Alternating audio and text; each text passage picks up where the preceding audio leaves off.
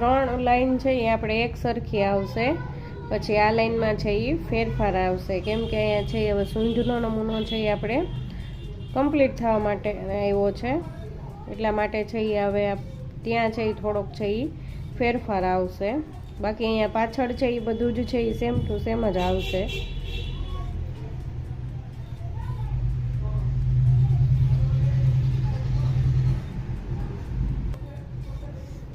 બસ હવે છે એ એક લાઈન આવશે એટલે અહીંયા છે એ આપણે હાથીના પગનો નમૂનો પણ છે એ કમ્પ્લીટ છે એ પૂરો થઈ જશે। તમે જોઈ શકો છો આ રીતનો છે એ કંઈક આપણો હાથી બનીને છે એ કમ્પ્લીટ થયો છે। ટોડલિયામાં છે એ આ પ્રકારનો છે એ હાથી હું છે એ બનાવું છું। તમારી પાસે જો નમૂનો કંઈ અલગ હોય ને ફેરફાર કરવો હોય તો તમે છે એ કરી શકો છો।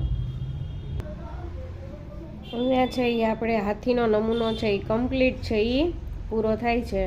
તમને છે એ આ નમૂનો છે એ કેવો લાગ્યો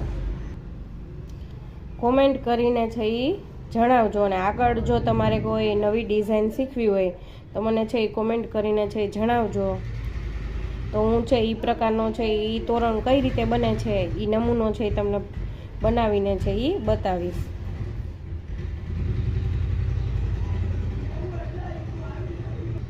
અહીંયા છે હું આ વિડીયોનો એન્ડ કરું છું, મળીએ જલ્દી નેક્સ્ટ વિડીયોમાં।